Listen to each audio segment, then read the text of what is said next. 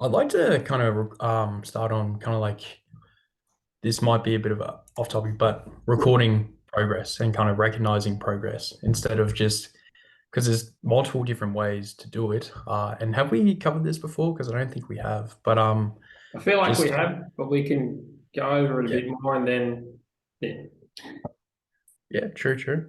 Um, yeah, because I think the reason the way I'm doing it is using the spreadsheet that you gave me, that the template basically to record my lifting progress, tracking weight, and I'm also going to start tracking body composition, or where you measure yourself.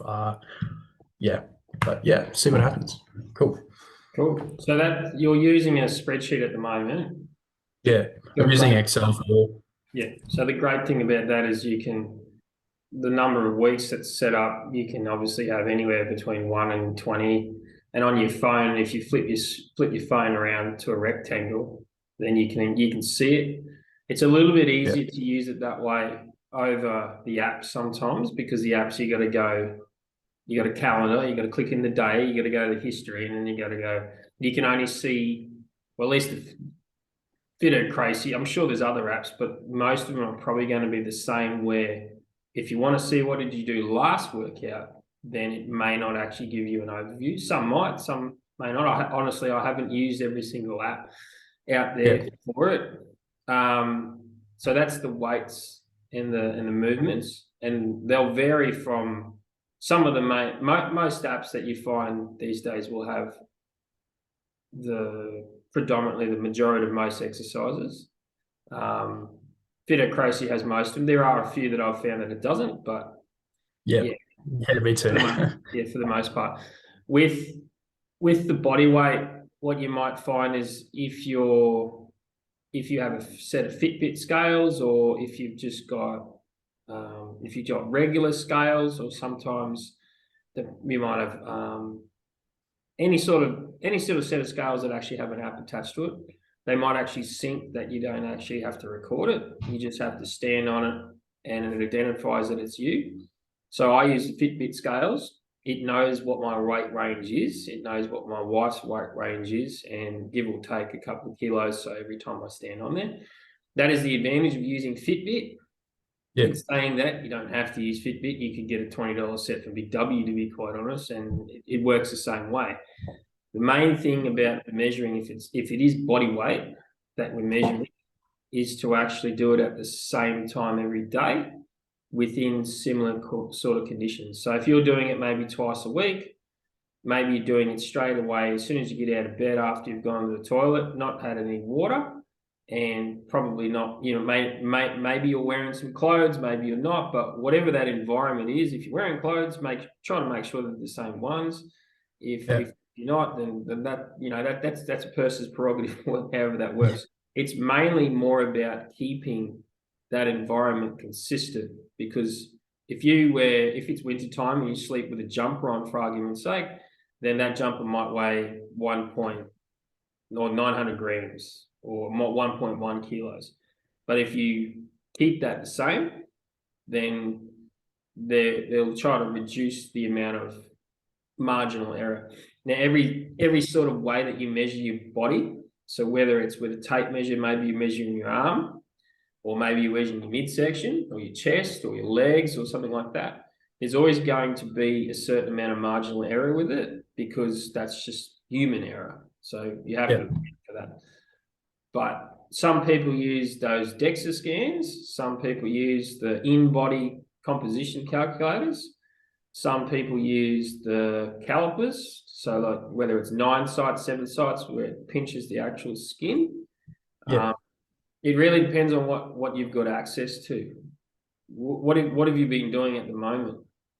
So I've been currently writing up the Excel because working with Excel because it's a pain in the ass. But um, I'm currently writing up the calendar. I mean the spreadsheet, and Mhm. I'm gonna every Sunday. I plan to weigh myself, keeping the conditions consistent. Yeah. Before right after I get up, wearing similar clothing. Before I, after I've used the bathroom and before I drink any water. So I'm gonna weigh myself, log that, And then I'm gonna before I eat anything or drink anything, I'm gonna do body composition. So grab a tape measure, like a one of those ones that can get around corners and stuff, and you just do my arms, my neck, my chest, so on and so forth, my legs, my Yeah. calves, just see Yep. if they're getting any bigger, so on and so Yep. forth, because that's what I have access to and it's Yeah. what's easy. Do So you yeah, have and yep, do you have a tape measure at the moment? not on me right now, but I have like in the garage. Yeah. So it's just one of those. Is it just like Yeah, a flexible one, like a 1 meter? it's kind of like a Taylor one, Yeah. Yeah. flexible. Yeah, Yeah. So that we can talk thousands of dollars in terms of measuring devices to measure progress, but realistically, it doesn't actually need to be that complicated. And yeah, people spend thousands of dollars, like those machines alone, the composition ones. To get a DEXA scan usually costs a few $100s because if you cool. actually do them properly, you got to submerge yourself in water. And some of them do them electronically, but there is always a certain marginal error with any of those. So, like if you're measuring your arms or your legs or something like that, like you said, same conditions. So the thing you got to look at is, well, if I'm measuring my arms, then I got to make sure that am I measuring it flexed? Am I Yeah, measuring it unflexed? Am I measuring it at the same point? So one of the ways that you can do it, if you're measuring your leg or your calf, is measure from a certain point. So if you sit on a chair and you put your foot on the ground and you get a tape measure and measure a certain amount of centimeters up to your calf, and maybe you draw a dot with a pen, and then you measure the circumference around it. That's yeah, one way to keep it consistent, so that you've got to measure height and then a measure round, rather than going, oh, yeah, that's about the biggest point, like.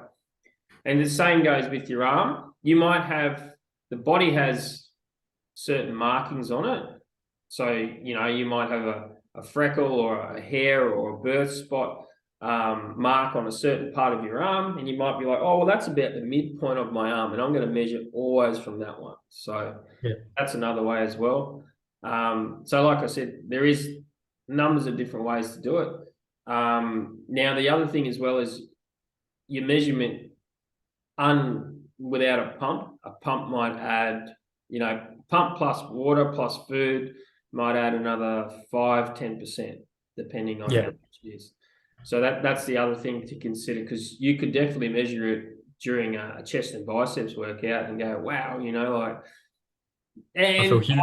it's a good way to measure it, because but at the same time, when you compare variables, the measuring how much you're pumped up for this workout, how much you're pumped up for this workout, like it needs to be as consistent as possible. But if you train at similar intensities each workout, well, then maybe once a month you might go get the tape measure, go and give yourself an arm flex and go and put the tape measure around it and measure it. And that's Yeah, a good way as well, to track that progress. But like I said, if everything's kept at the same conditions each time you do it, so however you figure out how to do it, there is no right or wrong way to do it. If you want to do the calipers, so you can buy them on eBay pretty cheaply, and you can spend hundreds of dollars on the metal ones, but at the end of the day, the plastic calipers, all they really do is they grab the skin and they yeah. pinch it like that. They tell you, Show you how much fat yeah. you got. The downside about that is that if you do it too many times on the one spot, particularly with the metal ones, it actually squashes the fat and it kind of pushes it out to the sides. So Yeah, if it said it was 5 mil and you keep doing it, and by the 10th time it says it's 4 mil, you're like, oh, wow, I'm getting leaner. Wow, that's awesome. So, yeah, there's a certain amount of overuse with that as well. yeah, And the issue with using calipers is it's pretty hard to do all the sites on the body, because a lot of if you're doing 7 sites for argument's sake, you got to do one on your back, you got to do the one on your hip, you can usually do yourself, one on just a couple of centimeters off your midsection. It's mainly the one off your back that most people can't reach. yeah, So usually, if you do use calipers, you could probably use a 3-site test, and you could get an app to figure out, or you just check how many mils each one is. So just say you do the one on the chest, one on the belly, and one on the quad, and it gives you a guide usually of where to measure it from. So the midpoint of from your patella, so your kneecap, to your hip, to where your hip bends, particularly when you're sitting down. It might be the midsection from this part of the bone, so where your collarbone is, down to the nipple line. You might draw an imaginary line, center point of that, and then you can Yep. work it out like that. So that's another option as well. Okay. Different ways. I've probably tried most different ways that are out there, tape measure, and you can kind of blow your own mind out by using a lot of those devices. So I went through a stage where I did it every 2 months or so, and I actually probably it psyched me out a lot. So Yeah. I'd measure it, and like I did it when I was cutting on one competition. I was like, oh, go in every month, check it at 20 weeks, 17 weeks, 15 weeks, whatever. Yeah. It was just messing with my head because I'm like, I'm shrinking. Yeah. I'm losing body fat, but I'm also losing muscle. And I'm like, oh my God, it's just doing my head in. And I know I'm getting weaker in the gym. So not only am I getting weaker in the gym, there's a piece of paper that officially says you're getting smaller. So the insecurity of like, oh my God, I'm atrophying. And yeah, okay, well, yes, you'll lose a certain amount of lean muscle when you're not eating a great deal of food. But it just reaffirms it because this stupid piece of paper says you were officially lighter, you were officially got less muscle. So I actually moved away from that because I kind of feel like that for me that caused me more issues than it actually solved any, because I'm like, well, Yeah. yeah, I'm looking leaner. Because if you get someone else to take a photo, and photos are great, but it depends on who takes them, depends on Yeah. the lighting, depending on if you got the light behind you, in front of you, if you got a light ring, maybe you got a spray Yeah. tan. I don't know, maybe Yeah. it's in the sun too You much. got a pump, you're dehydrated. Exactly. Yeah. So Yeah. there's a lot of, and you only have to look at what's on Instagram, what's on any of the social media platforms in terms of, like sometimes you see those shots where a person's doing a workout and you can kind of see this massive, big lampshade looking light that's blowing onto them. And Yeah. great if you want to do that, but at the end of the day, bodybuilding is smoke and mirrors. It's meant to make you look basically your best. And Yeah. when we film on YouTube and that sort of stuff, or Instagram, generally we try to make it as we want our best self to show. Like, is Yeah. this my You're best doing self? hours, man. You know, Even so if like, there's some great people that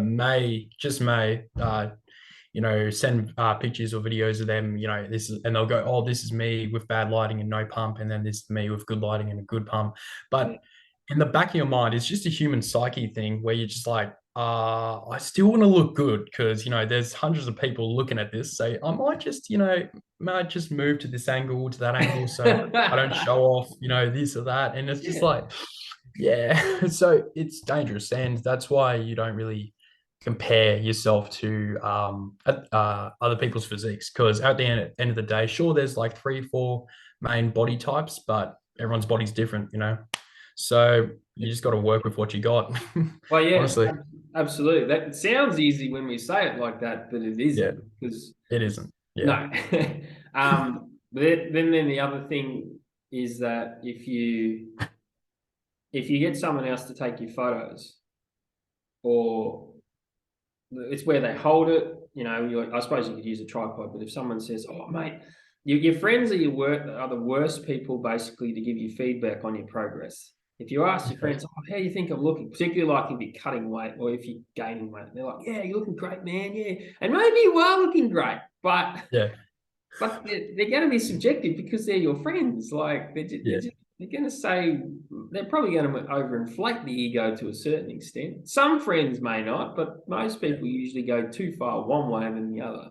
So that's not. So you'd ask a coach instead, or just some rando in the gym, just go, how's my physique looking, mate? Or Yeah, I'd probably be more inclined to probably just ask whether it's a coach in your gym or whether you coach Yeah, it yourself or a trainer, some of that you have more of an objective and opinion about it because yeah, let's be honest, your friends are just gonna want to pump you up a bit. Unless you got a friend that just wants to destroy you, of course, and goes, man, you look small. Are you shrinking? And then that just messes with your head anyway. So yeah, yeah. yeah, so that there is a number of different ways to track that progress. With the body weight, you could obviously have a spreadsheet. Do you use numbers on your phone? Have you got an iPhone? I do have an iPhone. Where'd I put it? Does it have numbers on it? The app? Not the app numbers, but I can download it. Yeah. What? Please describe. Like, what's the app So do? on numbers is pretty much the same as using Excel on a Microsoft computer. All right. So I think the version, because you emailed me and said that the version that I sent you struggled to open it. So But I got the second template that you got yep. me. So the second Yeah. template I converted to an Excel document, All but right. it originated. I've transferred it that many times from Excel. So if you go to the App Store and you download Numbers app, Oh, see if is it green? Yeah, that's yeah, it. Yeah, that's yeah, it. yeah, Yeah. that's it. So Right. you'll Downloading. you'll see because on mine, I don't know if it'll come up when I hold it against the. Yeah, that's good. Zoom out. Pretty much, it looks a lot like the one that you have. Yeah, It's like that. Now, it's pretty much the same. Yeah. pretty much, obviously using a tablet or a computer or an iPad, it just makes it a little bit easier that you don't have to write it all down on a piece of paper or Yeah. remember it and then do it when you can just do it as you go. And obviously on an iPhone or a Samsung, you can make it bigger, you can make it smaller, you can zoom in, Yeah. so that I've just zoomed in on the cells. You can make the cells bigger or something like that. Oh, cool, cool. So that And I can. So let's just say I'm at the gym. I just finished a set and I did better or worse. Let's say like dumbbell bench press. I did like my regular. I hit like 45 to wait. Was it so? All right, I'm not good at math, but anyway, um, I might hit like so I got 40.5 each side dumbbells. So that's like I don't know, 80 or something. Anyway, but let's say I normally hit like 10 reps. Let's say I hit 11 or 12 on the last one, or I hit like 9 or 8. It's yeah. easier just to just write it down in there and then just come home and then log that on your Excel spreadsheet for like later on. If I tend to do it straight on the app because I have my phone with me when I'm Yeah, using it. So with the Excel document, you can create another tab. So you just say the template I sent you. If you create another tab so that it has a blank sheet, you could actually track your weight on that. You could put the date, and you could have it over a course of a year. So just say if you're measuring yourself once a week, then you just put the date, put the weight, and then over the course of a year, you'll have 4 entries per month. And yeah, then 12, you'll have whatever 4 entries times 12 months, which is 48. So you have 48 entries. With your weight, with your bench press or your dumbbell press, what you're measuring, I tend to only, with single arm exercises, I generally only put down, now, as long as it's consistent, you can do both dumbbells put together or you can put one dumbbell. I've always yeah, only ever tended to do one. It looks better probably on the app when you put it down, but it's, as long as it's clear when you transfer that information to whoever was looking at it, then they're like, wow, an 80-kilo dumbbell press, that's amazing, that's huge. yeah, But when you put it in the Excel document, so just say your rep range target might be 10 to 12 reps, and I would just, and it was 40 kilos. If I was just measuring the one dumbbell, I'd go 40 times 10. And because of that, I just say if I did straight sets at 10, then I'd go 40 times 10 times 3. But if I yeah, did 40 times 10, then I go comma 11, comma 12, particularly yeah, if I kept the same weight. But obviously, if I got a different weight, then it might be 40 times 13, comma 42.5, 10, comma and so on. There's a kind of a method that you can do as long as it's easy to kind of understand. Okay, I clearly did this in one set. I clearly did this in another set. And honestly, you could write you could write a little novel for each one if you really wanted to. It just makes you try to be as brief as possible though when Yeah. you record it, because it's just really so that you can get an overview of, hey, this is what I did in this block, this 7 week block, Yeah. or this 8 week block. Or when your coach looks at it, okay, this is what I did in 9 weeks, so that Yeah.